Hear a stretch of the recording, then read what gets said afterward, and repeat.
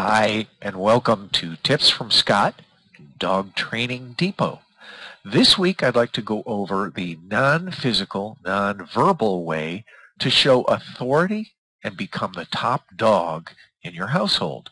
Remember, you want to train your dog as you would your child, with love, patience, understanding, empathy, and kindness. There's never an excuse for using dominance, intimidation, pain, or fear. It's simply not necessary. So don't get frustrated. Don't lose your patience. Be calm. Be assertive. That's my initial. So this week we want to understand the use of size and space to establish authority with your dog. Now, first of all, you need to know that, and you need to make certain that your dogs understand that you are, in fact, their leader. And now, if you don't have that basic understanding with your dog, then it's time to make it so. In all of nature, animals make themselves appear larger in order to show authority. You need to understand this. For example, an elephant flares its ears before it charges. A peacock flares its feathers as a result of perceived danger. And indeed, Mother Nature helps the peacock by painting on its feathers what appears to other animals to be eyes. Those are a bunch of eyes looking at another animal. Even a fish will make itself appear larger in certain situations by flaring its fins. Now that we understand that, understand this: to a dog, space and balance is very important. If you take a step backwards or lean out of a jumping dog's way, they will continue to jump. To a dog, they are overtaking your space, which only pack leaders are allowed to do. Owners who can only control their dogs with leashes have dogs who respect leashes, not owners. A leash can be an important safety net or a training tool, or it can sabotage all your efforts to have your dog listen to you. If you always use the leash to control the position and movement of your dog, who's in control? Congratulations. You just elected a thin strip of nylon or leather as the president of your house. This is why I teach off-leash. Now, an extremely effective method that dogs use on other dogs to maintain leadership position is by controlling the use of space of other individuals versus controlling every move the other dog makes. So, for example, dogs herd each other by imposing their body in the direction of travel of other dogs. Guess what? So can you. All you need to do is insert your body in the dog's direction of movement. Make yourself larger by raising your hands and arms and lean forward slightly, or even take small baby steps to back the dog up. So, if my rule of thumb is to lean forward, or actually move forward using small baby steps in order to take space away from the dog and obtain a leadership position, and then I lean backwards to give space and lose leadership position, can you see how most people incorrectly handle a dog who jumps on people and has not responded to correction? They back away when a dog's front paws leave the ground. No! One should move towards the dog and quickly try to throw him off balance.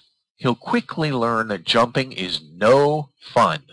This is a very good example of the wrong way which actually reinforces the jump. So how do we do it the right way? For close-in space management, like when your dog jumps up on you when you're sitting on your couch, I suggest the following. Pull your hands in towards your chest, then gently push the dog away with your shoulder or elbow. Do not use your hands. Dogs think this is playtime if you use your hands. Using your torso is understood by the dog as a status-related gesture. It's very visual. This is much more effective at getting your point across. Note that you are once again leaning forward into the dog. This is taking space away from them. Knowing how to claim space from your dog is vital if you want to be able to control unwanted behaviors.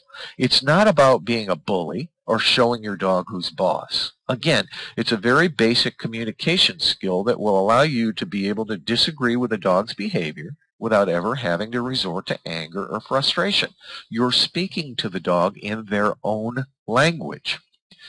You're claiming a small part of space, not the whole universe. A couch is a space. A bed is a space. A room is a space. Your front door is a space. Your dog will accept the rules of how to behave in that space if you claim it. If it's in the house, is it you or your dog signing those mortgage checks? Then don't feel bad about setting the rules for how to behave in it. I recommend you watch a videotape of a herding dog. As the dog goes around a herd of cattle or sheep or goats, communicating where she wants them to go, she never touches the livestock. She's saying, stay out of this space, go into that space. Everything she does is psychological. The cow, sheep, goat, ducks, whatever, are completely different species, but they all understand exactly what the dog wants them to do. We're animals too. We just let words and our big brains get in the way of this instinctual form of communication. So never let your dog move towards you to cut you off and cause you to alter your walking path. That is a very clear high status move on your dog's part. When walking from point A to point B, if your dog moves in front of you, keep walking forward in tiny steps in a direct path to where you're going. Your dog will soon learn to pay attention to you and where you're headed and not tell you to pay attention to him. Now, by the way, this will help you when walking your dog on a leash as well. When your dog pays attention to you and not the leash, you'll have a good loose lead walking skill. So use space and real estate to claim the front door, preventing Fido from busting out. Use it in any situation where you need to establish physical boundaries. Just imagine a column of air all around your body. This column is never to be violated by Fido unless they're invited in.